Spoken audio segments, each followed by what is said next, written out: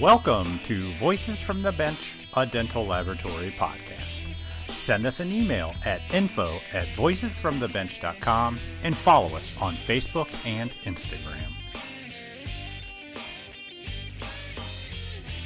Greetings and welcome to episode 255 of Voices from the Bench. My name is Elvis. And my name is Barbara.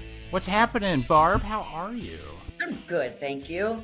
Yeah? You just said how busy you were. I am busy. I like to be busy, though. I don't like to be slow. Slow sucks. I tell you, this week has blown by. Yep, exactly. You know, I started with Derby, what am I, like 4 or 5 months now, and slowly building, and now everybody knows about me now.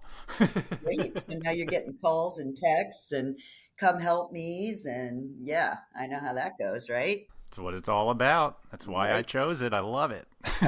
Service rules. So, we want to get right to the episode. We got some great stuff. But first, we want to remind everybody about this crazy group on Facebook. Mm-hmm. Now, Barb and I did not start this, but it's called Fans of Voices from the Bench. It's a fun group of people that listen often and reference episodes every week and cuss words and cuss make words. fun of us.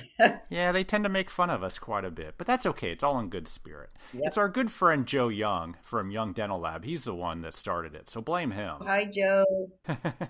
But it came to our attention that there's a few phrases that Barb and I say a lot on the episodes. You don't even really know you're doing it until you record yourself every week, and then you realize you say it a lot. Yeah, we might be jerks. Yeah, Barb, your saying is just saying. And yours is holy schmoly. Which I had no idea I said it that much, but I guess there's worse things to say. So well, at least you're not cussing. That's true. That's true. Joe put both of these sayings on stickers for Lab Day Chicago. To get a sticker, you got to head over to the NOAC booth. That's our good friends at NOAC Dental Supplies. Hi, Sean. They're going to be in the East Hall. That's booth B46. I don't know why people tell me the booth number. I could not tell you where B46 is. Do what everyone else does. Walk around in the East Hall until you find NOAC. Yeah. So you got to go to the NOAC booth, and you got to tell them that you're fans of the podcast. And they'll give you a sticker. You can choose Just Saying or Holy Schmoly. You get the sticker, you put it on, and while you're walking around Lab Day, you'll see other people wearing the stickers. And then you'll know they're also a fan, and then everybody can make fun of Barb and I together all at the same time. I like that. That is such a great idea. Thank you, Joe and Sean and Brandy. You guys are amazing. All right. So this week, we're not going to mention that we're recording at the Ivoclar Ballroom in 2 weeks at LMT Lab Day Chicago. We're not going to mention it. Nope, don't mention it at all. Because this episode is all about that. Yes. And Ivoclar's 100th anniversary that they're celebrating in Chicago. We are joined by the Director of Marketing for Ivoclar, Laura Gilbert. Laura talks about her background and some neat insight into Ivoclar's marketing. And of course, she also gives us the lowdown on all the amazing things Ivoclar has planned for during the show. From the parties to the speakers, and to a really neat way to chat directly with dental influencers, which, Barb, I don't think we are one. I'm not sure. Stop it. But this is the place to be during Lab Day. Yeah. You definitely want to make sure you stop by the Ivoclar Ballroom. But joining Laura is an actual real dental influencer, Dr. David Rice. Dr. Rice will also be in the Ivoclar Ballroom on the Friday, but Barb and I, we take the opportunity to ask him some general questions about the clinician-laboratory relationship. Which is so important. And he does a great job giving us some real answers. Yep. Dr. Rice is a group called Ignite DDS that helps dentists succeed when they just get out of school. And we know how important it is for them to partner with a great lab. So join us as we chat with Laura Gilbert and Dr. David Rice all about the Ivoclar 100-year celebration. Did you know that Ivoclar has a whole new generation of lab scanners? The new Progress Scan PS3 and PS5 provide true-to-detail, high-resolution, and accurate scans for coordinated digital workflows that are precise, fast, and of course, always accurate. The PS3 and PS5 are powered by the popular and intuitive dental CAD software from exocad. Whether you're looking for your first scanner, to upgrade, or add to your existing scanners, the PrograScan may be the one for you. So customize your digital journey. Reach out to your friendly Ivoclar sales representative to select a scanner that matches the needs of your lab. Do it today. let them know you heard about it on the podcast, as we always appreciate your support. Ivoclar.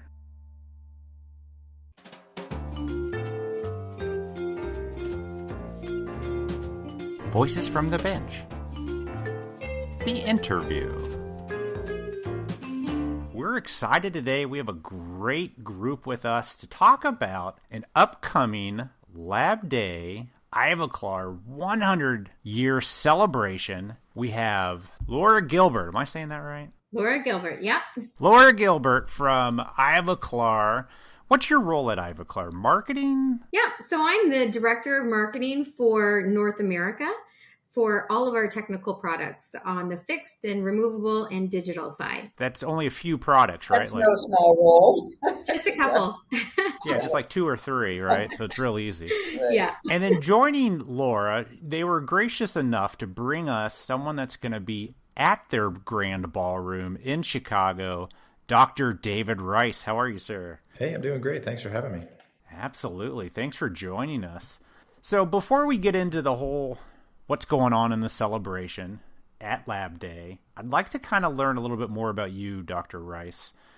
It seems like once I learned of you, I see you everywhere now. Yeah. So it seems like you pop up everywhere, social media. I've seen a couple videos. So briefly, let's go into how you got into dentistry and what you do that's different than your average dentist. Sure. Thanks for asking. So I've been a dentist for 28 years now. Followed a fairly typical path for my time from dental school to doing a postgraduate program. I worked for a dentist for a few years, and then I bought my first practice, went on to buy a couple more and do a startup practice as well. I'm an educator at heart. So years ago, I taught part-time at Buffalo's Dental School in addition to running my practice. And maybe 10 years ago now, I founded Ignite DDS. And, we're a community of young dentists, of dental students. We try to pull in the entire team into the process. And goal is,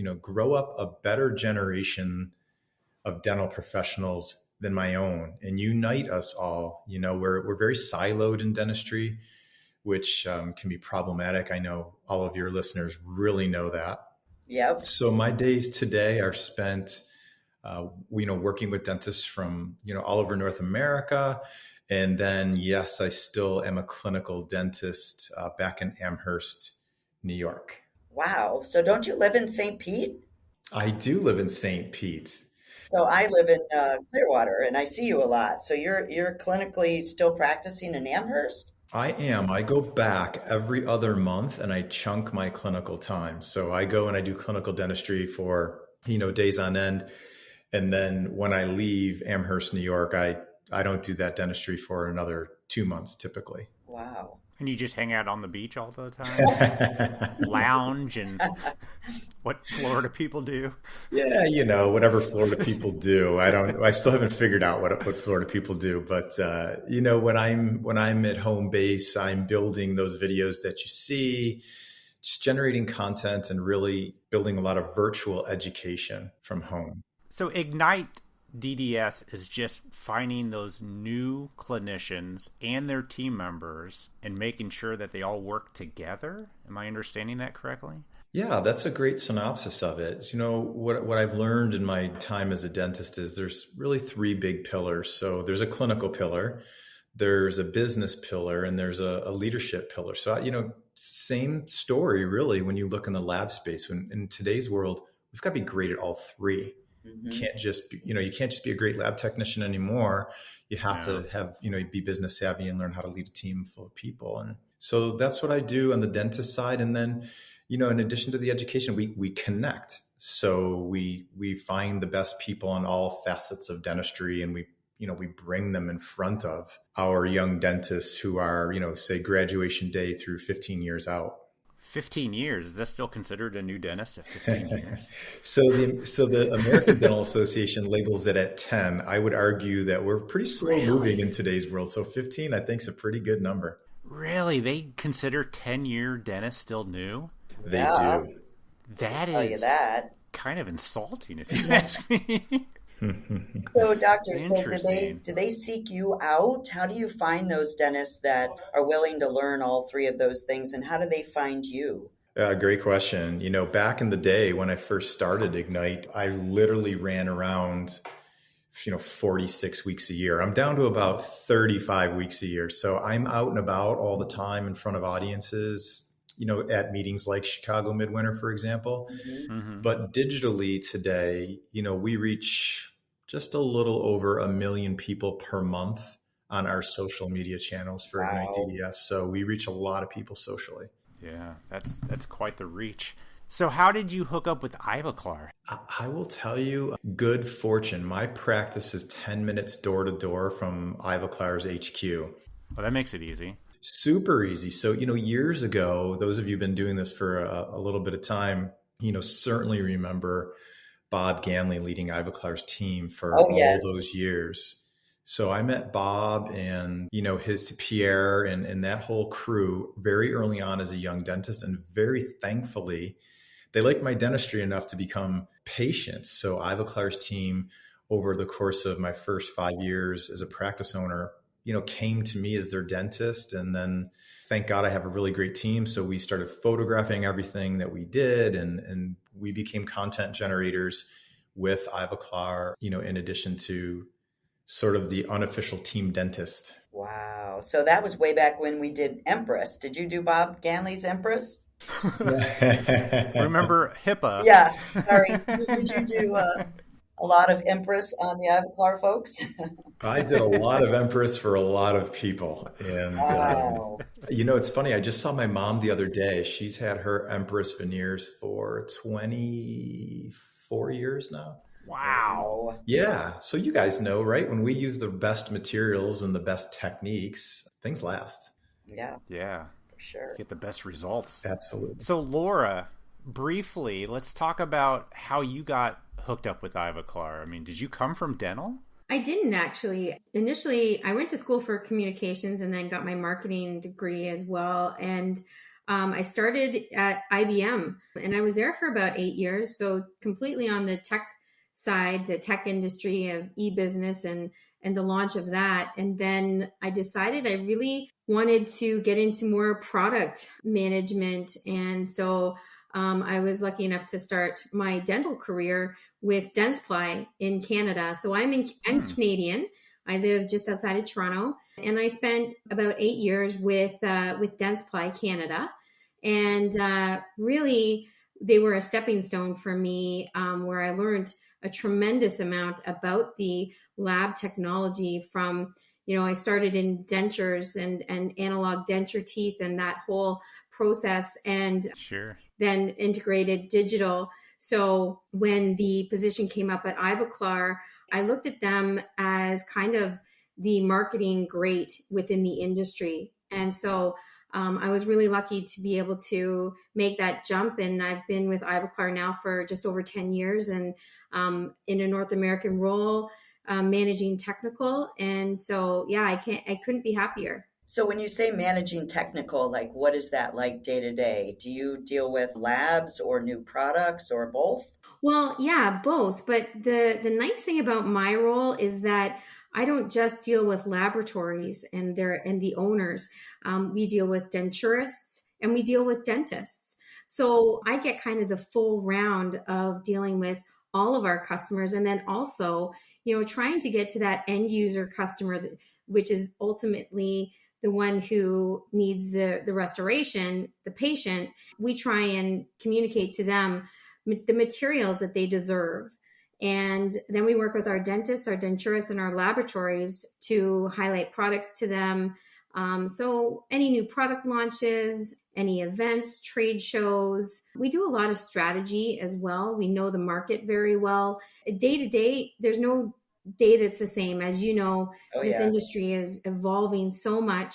And within the past 10 years has just catapulted into digital, which I'm loving, but also I have a huge love for the analog side of the business. So kind of managing the shift between those two things is a daily conversation. Yeah. Yeah, it sure is. You went from IBM to dental. Yeah. Which nerds were easier to work with?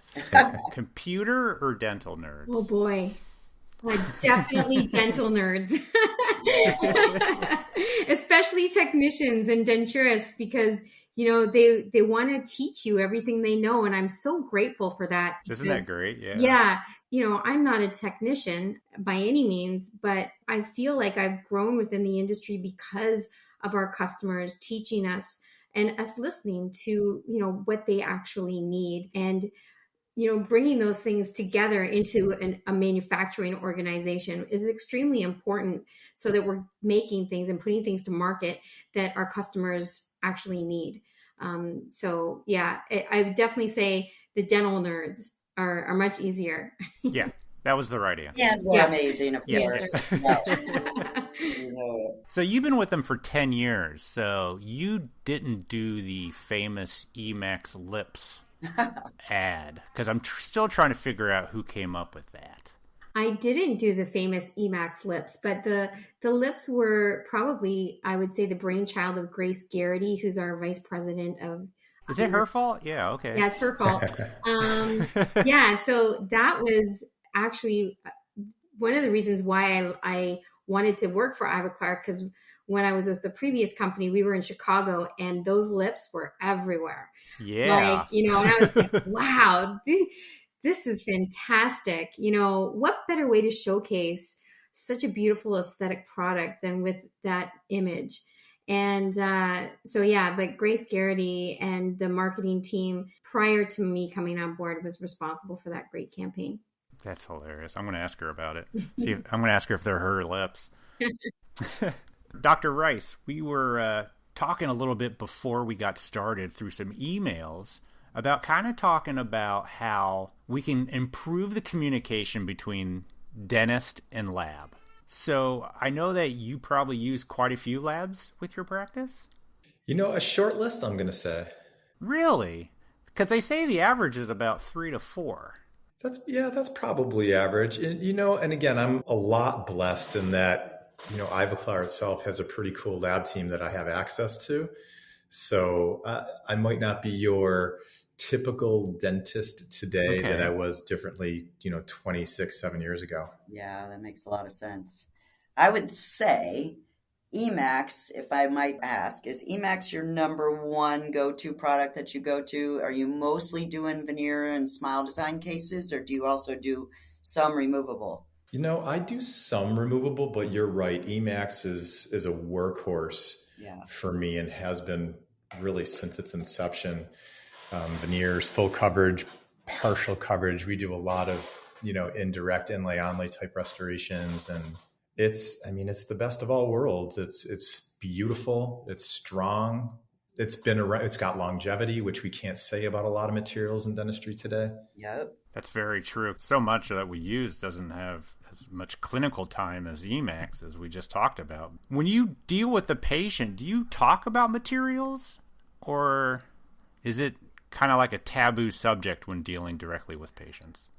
I do, but I don't necessarily bring it up as, hey, let's talk dental materials today. What I ask them is, there's really two factors for me as a dentist when I'm looking at what I would have in my own mouth and I'm trying to gauge what they're looking for.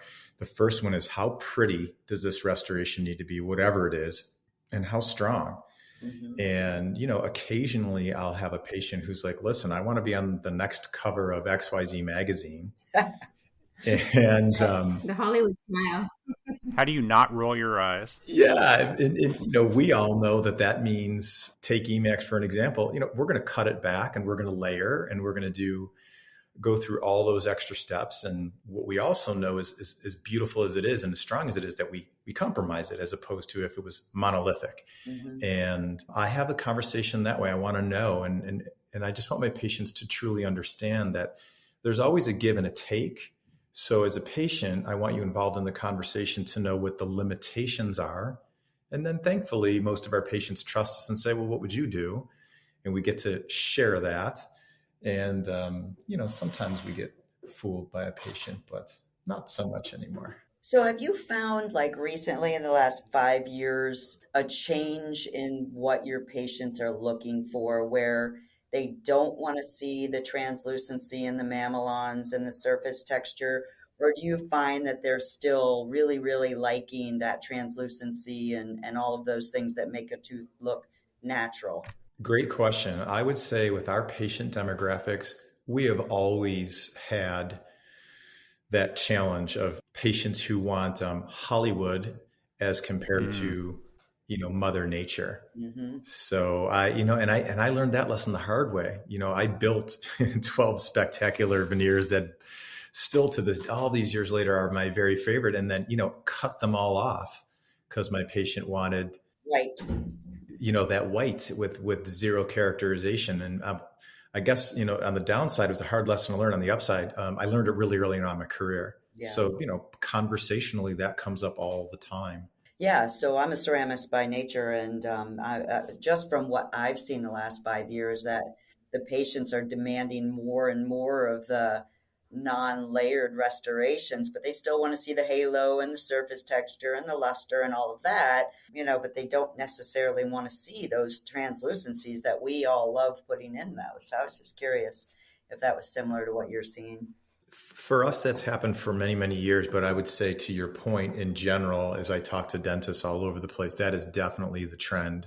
Patients, want that perfect, quote, bleached smile, and they want to be very youthful, and they don't necessarily understand that part of youth is some of that translucency and character that's in teeth. They just, they have an image in their head of somebody they saw in a movie on TV or in a magazine.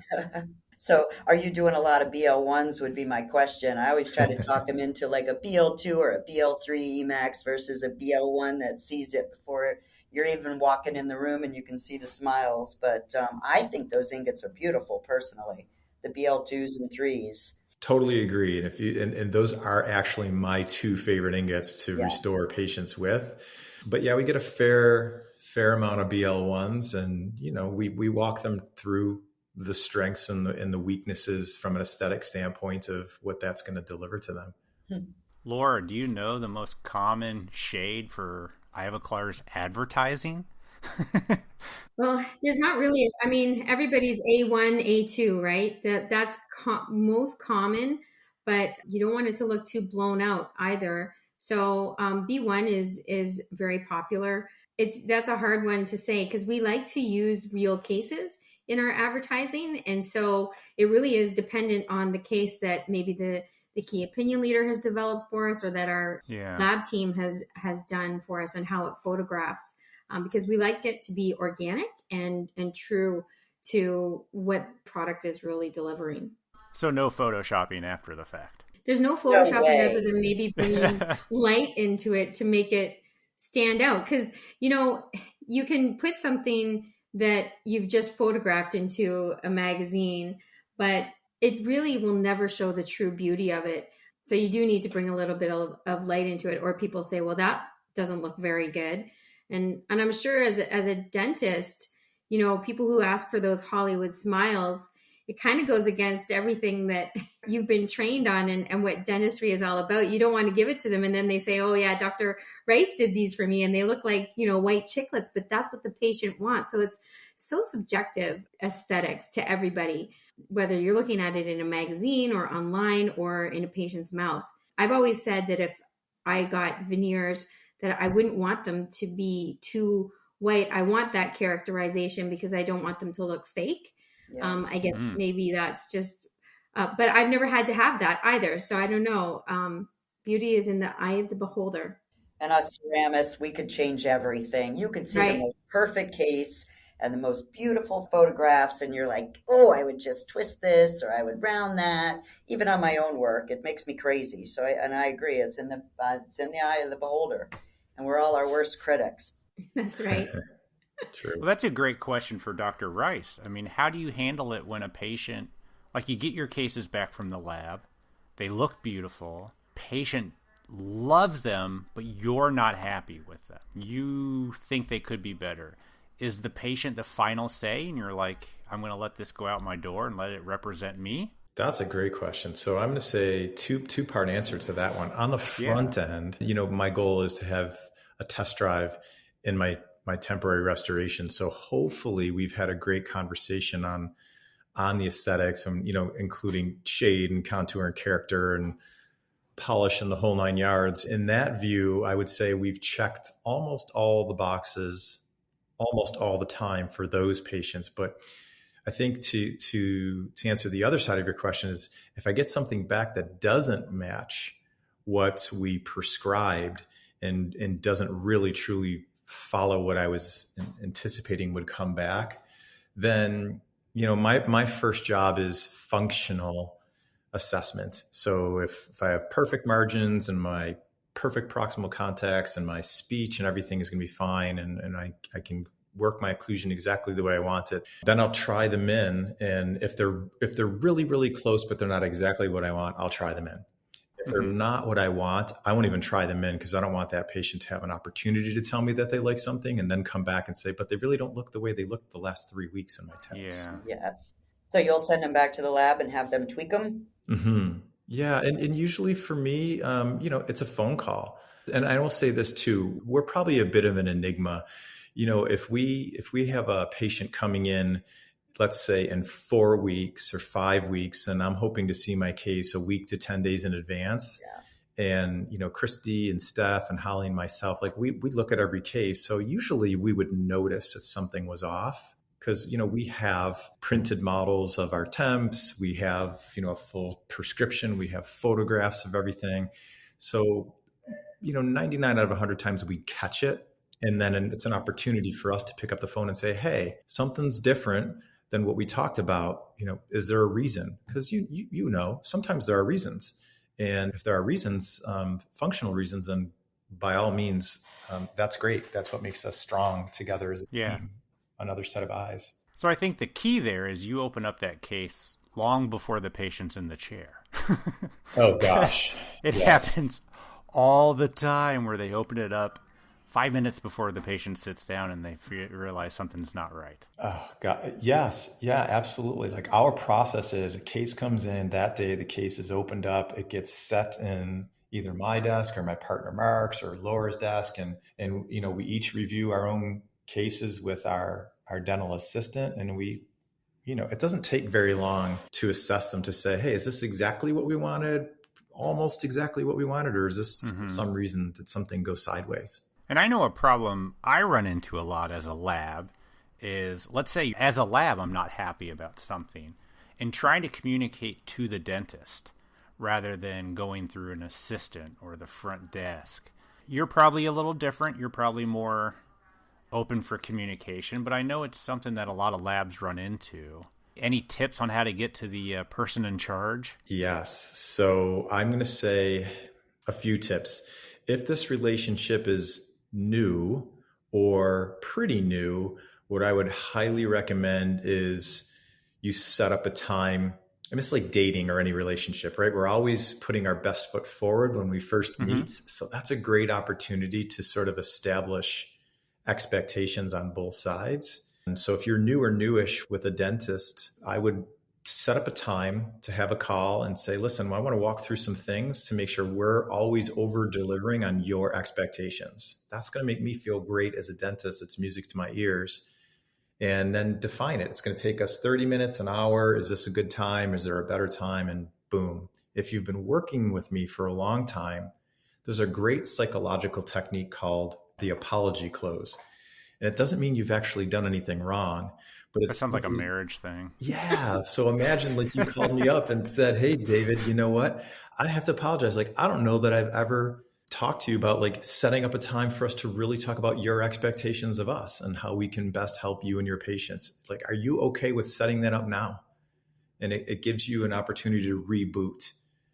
And then once you've really listened to what I quote expect, then I would ask permission to say, hey, listen, that's great. Is it okay if I share with you what helps us, work best on our side? I think a normal person's going to say, of course, Elvis. Yeah, we're in this thing together. Yeah. And if they're not a normal dentist, then maybe that's a red flag to say, do I really want to be working with this David Rice character? Yeah. And it's definitely, I've learned over the years, it's okay to have those relationships between dentists and labs that don't work. True. That just communication is not good. Just the relationship doesn't work, and it's okay. But it's finding a way to kind of feed into the good ones to keep them going. I tell you what, though, if I can interject. So Yes. I do the very same thing with my doctors when I get to know them originally, and the very first time I give them my cell. And I think the younger doctors in this next generation and everybody that I've been dealing with, it's so much easier to text back and forth that they just love that because they don't have to go through calling the front desk and asking for me. And so for me, any of that communication that needs to happen automatically, I'm right on the text. Here's my name, here's my number. And immediately we start off with that relationship. And then if I have to get them on the phone, I'll text, doctor, I need to talk to you about so-and-so's case. And then what's a good time? And then immediately they're like, all right, I can do it at this time. And then we get each other on the phone. So I think that's really helped me seal the communication with a lot of my doctors up front before we ever get to the point where we have to do I'm sorry, we have never done this before. And I'm in a pretty big lab. So, I mean, I think, for any tech listening to us on this podcast now, that's really a great communication tip nowadays. Well, what about when you have so many different technicians working on one case? So a dentist will call in and say, can I talk to the person that made this? Well, 6 people made that. What does a dentist prefer? Like an overall person, that specific person that did the specific step that you're having issues with? What would be beneficial to a dentist when communicating to a lab? I feel like that's where it would be helpful, for me as a dentist to know who are the members of the team and what are their roles in the process. So I would know who the best person to speak to is. Okay. But also, honestly, like your guidance on the lab side to share, like, hey, David, there's 5 people on this team that are going to, do this type of work for you. The go-to person, if you have questions, thoughts, concerns, is so-and-so. Yeah. We just give you Barb's number. Yeah. Well, I think we immediately inspect, the digital and or the impressions when they come in. And so that's the person that would be the technical liaison between the doc about their impression, whether it's distortion or undercuts or anything like that. And then you've got a lot of our doctors want to see the designs now digitally, and it's so easy to text them a picture or email them a picture. So then that's another person, and then you have me, and then the implant person. But I would agree, Elvis, there's probably 3 or 4. Yeah, it's hardly ever one person. Yeah. But you bring up a good point there, Barb, about us getting in bad impressions. Why do you send those, Dr. Rice? Not you personally, of course, but they're so obvious sometimes. Listen, I think, and we've talked a little offline through email, like you mentioned earlier. So there's a few reasons. And I feel like if I'm working on the lab side, I'm thinking about dentists from a teachable versus unteachable. So, teachable. I don't know what I don't know. So maybe I'm a pretty new graduate that did not do any sort of post-dental school program. That's very common today. And I landed in a practice with a seasoned dental team that really never took the time. So I'm just looking at them thinking like, oh, this must be okay. This is the way it's done. So I don't know what I don't know. And I think there's a second group of people who they know what is right and wrong, but they don't actually have the skill sets to do it. They're also teachable. They just have to learn how to retract, how to isolate. Maybe they need some education on working times and when to use a fast set versus a regular set. And then there's a third group of people, and this is really sad to say, but they just don't care.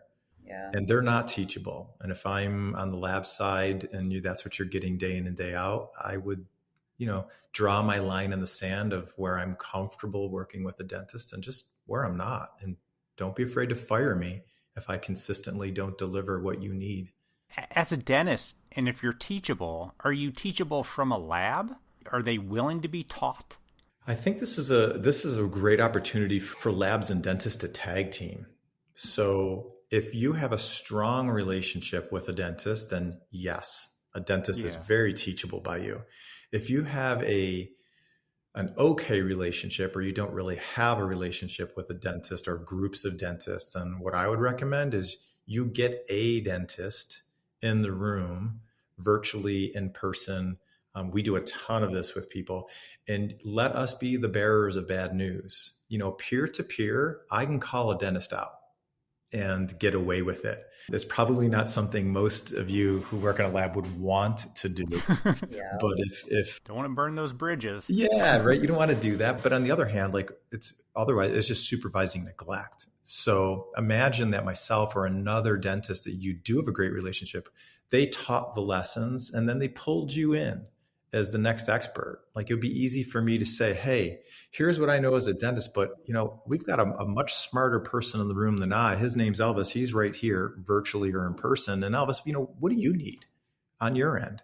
And that allows me to take sort of that doctor card and the trust factor that I inherently have and turn it over to you as someone on the lab side and make you as much of an expert and give you permission to kind of speak freely. What about bringing in manufacturers? Would you be open to, as a dentist, for me to come to you with Ivoclar, for example, and say, can we learn some techniques with this product? Are most dentists open to new clinical material suggestions? If I have a relationship with Ivoclar already, I'm going to love that. If I don't, I'm probably going to look at it as a potential pitch. I would still allow the dentist to do that. And same thing, Laura and I and Laura's team, we've done tons of work together over the years. And a lot of times you can shoot me as the bad guy, and same principle, right? I can share, like, there's a reason this material isn't working for you, or this technique isn't working for you. Try this instead. I tell you, I find that a lot. I don't know whether it's yourself and a lot of other educators are teaching dentists this, but a lot of times that they'll say, call me about material choice, or choose the best material for this preparation and or this case. And, they do put that in our hands, and then I'll give them a call and we'll go over it. But I see that a lot more in the last 5 years than I ever did my career. And I think that is just so good that they're trusting us to indicate the correct material option for the cases. Yes. Especially with the preps. Sometimes you just can't get away with doing an EMAX on a prep, or you have to have zirconia, or you have something really dark you have to cover, or, there's just so many different scenarios. And so I love that personally. What do you think's better, Barb? Giving an option for materials or just providing one choice? I think options, because sometimes you're not going to, I've had doctors ask for zirconia veneers. Oh. And I'm thinking, why would you do that? And so, or choose best option, and, whether you want to bond or whether you want to cement, and I'll call them and say, hey, I think this is a better option for this case. And they're like, whatever, you're the expert. And I think that somewhere they're learning that the laboratory is an integral part in that role of helping them choose the best material for their patients. So then where does price come into play then, Barb? If they're leaving that decision up to you, is that where you have a few different levels of offerings? Absolutely. So we do have a non-layered EMAX, which we were talking about previously. We have a layered EMAX, and then we've got a high-end, EMAX Prime zirconia that's multi-layer. And then we've got a regular Bruxer type. So I think it's good for the laboratory also to have options that they can offer the doctor that's not just $350. You might be able to compromise if the patient can't choose that, but you can still give them a high quality option, even though the patient might be more insurance driven. So I think for labs, you have to have those options. Right. So what do you think, Dr. Rice? Is that too many options? Barb just listed like what, 4 or 5? I said 4, 2 zirconia and 2 EMAX. 4. I always learn that you give people 2, and that's it. Because they'll never make a decision if it's over 2. Is that a lot of options? What do you suggest? I like options. I also like when you say 2, it makes me think of something I like a lot, which is either or. It forces me to make a choice. So how I might have four options and go to an either or is you could start the conversation with me just like I do with my patients. Like, hey, David, let's talk about this. Are we looking for a 10 out of 10 aesthetics, a 10 out of 10 strength, or something different, and make me choose? Oh, I'm looking for 10 out of 10 strength, or I want both. Okay. I want it Now all. I'm narrowing the field, and then, you can deliver your expectations of what I have to deliver in order to get what I want. Yeah, that's a great point. That's a great point. I love it. Thank you for siding with me, doctor. Check is in the mail. So, Laura, can you tell us a little bit about your 100-year anniversary and what you guys have planned for Chicago and how Dr. Rice fits into that? Yeah, for sure. I'd love to. I mean, it goes without saying, it's our 100-year anniversary in the dental industry. It's a huge accomplishment. Not many people can get there, and it really is thanks to our customers. And so what we wanted to do this year in Chicago is really celebrate that. And you'll see that in our grand ballroom A and B. We have a whole new look. Can't talk too much about it, but it's going to be very aesthetic and celebratory. We have an event on the Thursday night. So if you haven't been invited, look me up, laura.gilbert@ivoclar.com. And so, yeah, we've got an event to celebrate that. But most importantly, we really focused in on what can we bring to Chicago that's going to ultimately be the best information for our customers, both new and current customers. So we really care a lot about customization of our customers' journeys. So no matter where they are in the analog or digital space, we want to make sure that we can help them with maybe their next step in their journey or their workflow. So we do have our digital specialists that'll be in our ballroom on Thursday afternoon just to come and talk to them and get some one-on-one time.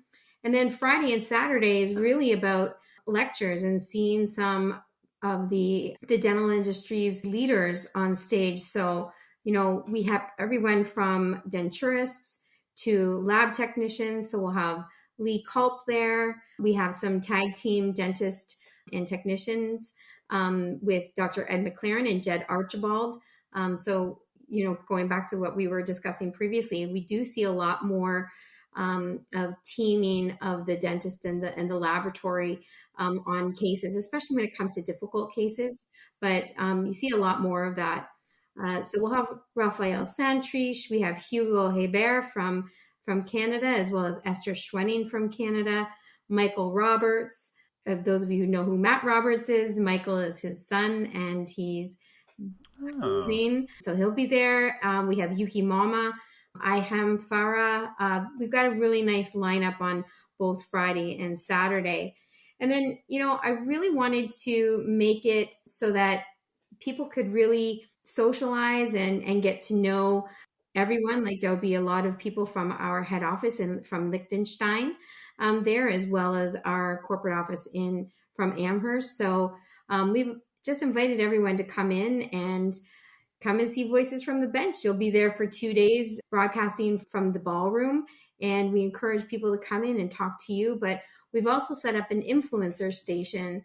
So throughout the 2 days, we've got some of the dental industry's influencers to come and do a meet and greet. They'll bring some cases that they've done. You can ask about their photography skills. We've got some cameras coming, as well as, just tips and tricks for how they get not only their restorations to look fantastic and what their tips are on that, but also how to navigate the social media world. So we have on Friday, we'll have Dr. Rice there. I think he'll be there at 10 a.m. We have Yuki Mama, Hugo Hebert, and Laura Prosser, who is our own digital marketing manager to help with digital marketing. And then on Saturday, we'll have Janelle Tabakovich and Danny Farrago that will bring some of their cases. And so it's just really wanted to really make it collaborative and have everything there that a laboratory or denturist, for that matter, would want to see, and people they want to speak with, to have it there at their fingertips. I really love that you guys are having denturists and that you're putting the emphasis on that, because Elvis and I have done many, many, many interviews with denturists, and we find that that's just an excellent, excellent thing. And so that's really remarkable that you guys are doing that as well. Well, I mean, denturists are near and dear to my heart. Coming from Canada, they're a big focus, and we have 2,000 denturists in Canada. So, it's just a huge part of the profession. So we're bringing in Esther Schwenning. She's a denturist out of Prince George, BC. And then we've got Eric Kukuchka as well, who's a Canadian denturist. They bring such a different viewpoint to the craft because they're the clinician and the technician. Mm-hmm. So they're kind of the best of both worlds. We're marketing to them or helping them to build their own business because they make the decision and then they make the restoration. So I've learned so much from the denturists over the years, and they really are fantastic. And I hear a lot more, I get contacted by a lot more dental techs in the US wanting to be BPS certified, which is a denturist certification for a equilibrated denture. Nice. Lots more from the US these days. So it is becoming more and more popular. It is. Yeah, I'm hearing a lot more about it. Yeah. That's what I was actually going to ask that previously was about the denturists, and that there are a ton of them up in Canada. And what is the difference between Canada and the USA in terms of skill level? And then you just answered that. Yeah, there's as many denturists as labs, and oddly enough, 50% of them reside in the province of Quebec. Wow. So there's a huge population of them there, and it's a really neat industry, and the people are amazing. So there are a few denturist groups in the US that are starting to reach out and wanting to get that more education on creating BPS type dentures, but they aren't able to take an impression. Whereas a denturist is the clinician, they can take the impression.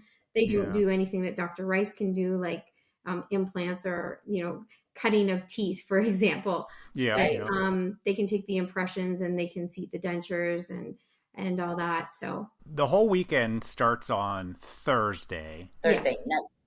Is the ballroom open on Thursday, even though the exhibit hall is not open on Thursday? Yes. So our ballroom is open from 12 till 3, where, our equipment will be there. Our digital experts will be there. We actually have a sold out course with Janelle Tabakovich, Nexco characterization for dentures. Nice. On that same day. Yep. It sold out before we even promoted it. So that's the power of social media right there. Oh, yeah. Well, especially her. Yeah. We're absolutely so thrilled to have her there. So, but yeah, for us, it starts on Thursday. And then on Friday and Saturday, we're opening that. Well, hold on. The Thursday night party. That's what I'm getting to. Oh, party. This is what Chicago's really all about. Let's be honest. Yeah. Anybody can go to this Thursday night party. You just have to reach out. Well, we've sent out a lot of invites. So we sent them out to the people that we do business with today, the ones that we hope to do business with tomorrow, some new contacts. And then, some of the reps can send out invites to, their trust. Okay, so it's an invite-only party. Pretty much. Yeah, I just don't want a bunch of people in Chicago saying, hey, I'm bored. I'm bored, Let's go crash it. Yeah, you got to know somebody. I get it. You got to know somebody. Okay. Yeah, exactly. We don't want to turn anyone away, but there's a capacity, right? Oh. Yeah, absolutely. Absolutely. Especially this year in Chicago, it's going to be packed. It's going to be packed. I have a feeling it's going to be huge. And Friday, just speakers all day. Speakers all day. Because we have 2 ballrooms, they're connected, yet we kind of divide them. One half is all speakers. And then on the other half, we will have all of our equipment still set up. We've got you guys' voices from the bench, and we've got our dental influencer corner. So we have 2 spaces within one space, if you want to look at it that way. But yeah, from 8 until 3, we've got speakers pretty much every hour with a 15-minute break in between each one. So they start at 8 and go to 3 o'clock.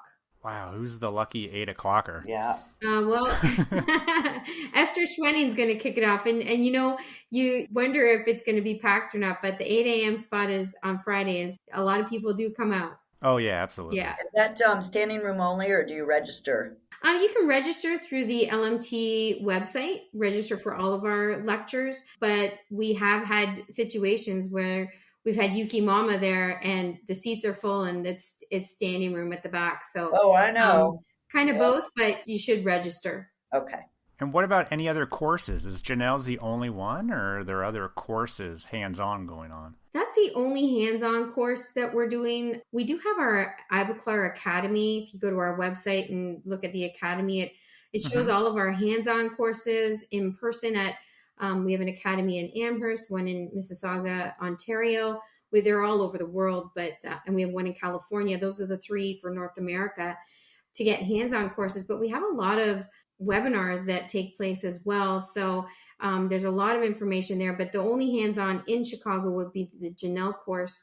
And then all of these great speakers. Yeah. I mean, Absolutely. Every topic. And we've really tried to make it so that no 2 topics are the same. I really like the fact that you're going to have experts there that are bringing their cases that ceramists and technicians can go up and talk to them about the photography and surface texture and layering and what materials they use. I think that's huge. They're influencers for a reason. People are following them on social media because they love what they're seeing and want to know more. So why not bring that to the ballroom and get up close and personal with your favorites and maybe learn a little something on the side. When they asked you to do this, Dr. Rice, what did you think of Influencer Corner? I mean, it's kind of new. I've never heard of this before.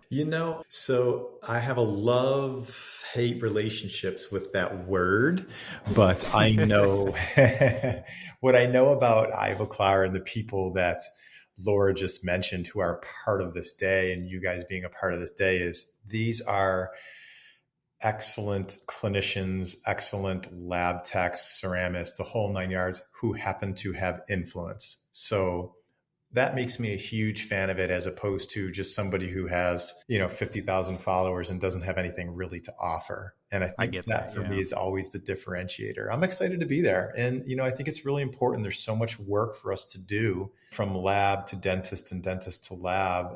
I'm really excited to tackle some tough topics with people and hear the frustrations and hopefully help problem solve. Are you bringing any cases?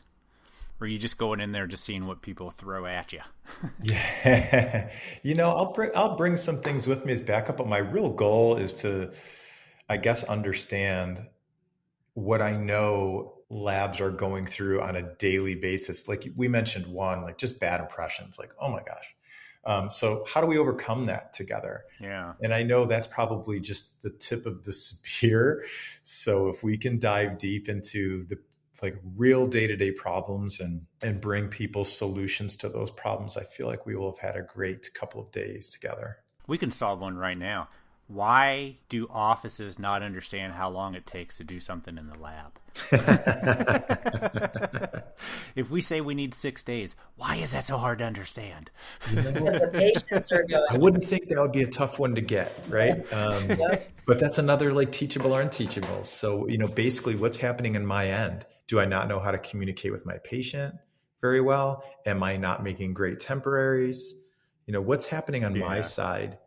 And I think if I'm a lab and I could get me to talk out loud about what's going right or wrong in the dental practice, and then I was armed with solutions to those problems, then I'm probably going to do a whole lot more of what you'd like me to do than what I think I should be doing. Yeah. Every question's a loaded question with multiple layers of an answer. Absolutely. Doctor, how do you teach dentists or younger dentists to deal with the emotional aspect of their patients, or to key in on something not being right in their heads, to be able to deliver treatment with them or not be able to deliver treatment for them? Does that make sense? It does. So I'm one of those weirdos that for every of the thousands of hours I've taken in clinical CE, I've matched them in human behavior. Right. So we teach young dentists everywhere how to get to what's most important to every patient on that emotional level. I'm really glad you brought that up, because if I can connect with the patient emotionally, then it's much easier for me to tie the clinical treatment to that emotion, and then somebody's listening to me. The problem in dentistry is there's so much pressure today to produce quickly There's not as much time for a dentist or a team member to have a real conversation with the patient. Yet it's chicken or the egg, because there's absolutely enough time to do it. And if you make that time, all the other things go away. Insurance dependence goes away. Volume of patients goes away. The amount of new patients I need goes away. Retention goes away. It all gets better. Interesting. And the only reason I ask that is because I've learned throughout my career how emotional people really are about their teeth and what they're looking for or not looking for. And, I find with the provisionalization and going through all of those things that it's a lot easier to get where you need to go to the end result and make the patient happy as long as you're on the same page with them. And you're right. Sometimes you just don't have enough time and you're rushing through these cases. I'll do a, 6-unit veneer case with no provisional. There's just all of these things that are so important to the result and the end result of the case, to not have a patient in tears because they're not getting what they wanted or what they expected. Yeah. And and that's just breaking down each individual pressure at a time and saying, okay, well, which one is it for you, David Rice? Is this the one that's getting to you in your practice all day, every day? Is there a top 3?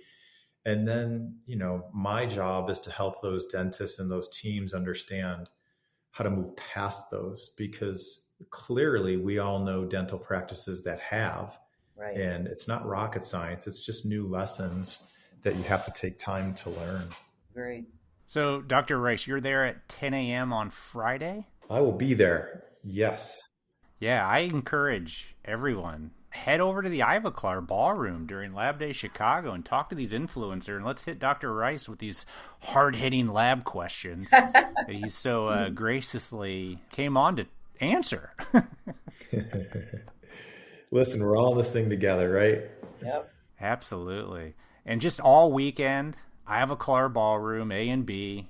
Barb and I have been talking about it on the podcast for a while, but yep. This is it. This is the event of the year. It's going to be great. 100 years. That's super amazing. I don't know a whole lot of companies that get to that point, and you have to celebrate it. A lot happens in 100 years. That's for sure. So, what was Ivoclar's first thing 100 years ago? Ivoclar was initially a denture tooth company. So Ivoclar stood for ivory and clarity. And so we started out as a technical company and then integrated clinical, and over the years. So we've evolved so much, not just in the 100 years, but just within the last 10 years. So much has changed and we're growing, and it's a great place to be. And we're so excited to have Dr. Rice in our ballroom because, it's a lab show. But we do have dentists that come through it. And I think that the laboratory technicians and the denturists will be really interested to talk to Dr. Rice because you're all over social media. You go live a lot. I tend to watch your lives a lot, and really great information. You have patients on.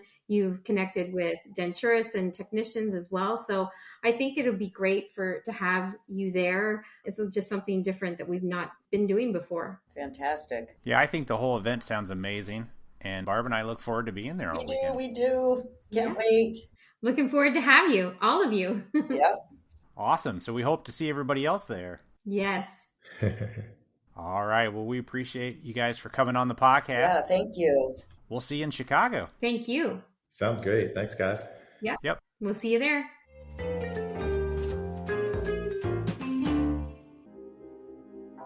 Outside of the podcast, I actually have a real job.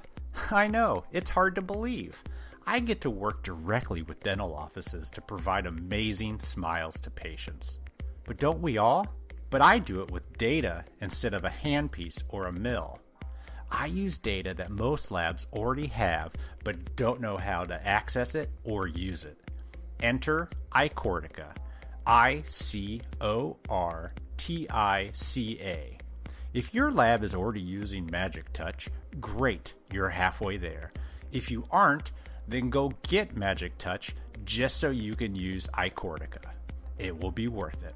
Let's be honest, access to easy-to-understand information is the key to any sales or customer service position. Did I mention that they have bar graphs?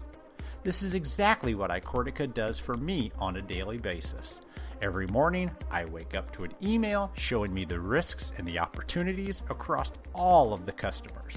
I can then dive in to see specific customer information and look at so much like sales by product, trends by category or restoration. I can see all the notes and I can even see their remake percentage.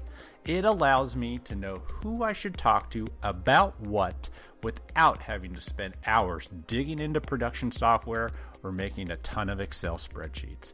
It's all right there. Every metric I need to be successful.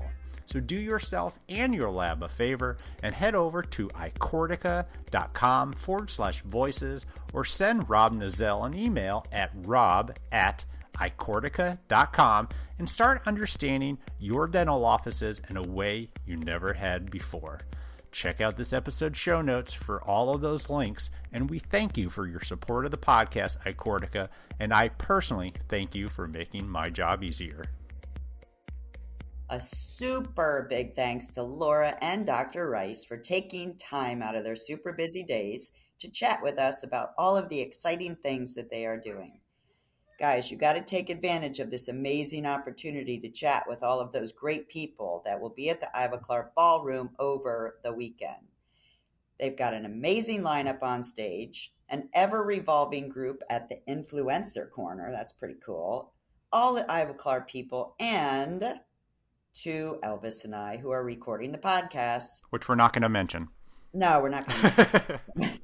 You will definitely want to make sure that the Ivoclar Ballroom, Grand Ballroom, is a place that you will want to stop by for a few times over LMT Lab Day Chicago. Take your clinical questions to Dr. Rice as he will be there on Friday, but so many more will be there for the sole purpose of answering you guys' questions. So head over to lmtmag.com/Ivoclar for a list of all the speakers and to plan out your weekend. And of course, come find Elvis and I because we will be there recording all weekend, nonstop, with your stickers and your shirts and all your other stuff. Lots of swag, and we are just about 2 weeks. We're less than 2 weeks away, so this is super exciting. So awesome, everybody. That's all we got for you, and we will talk to you next week. See ya. We'll see you next week, actually. Oh my gosh, we will. We'll see you next week. We will see everybody next week. Is it 2:55? I should double check that.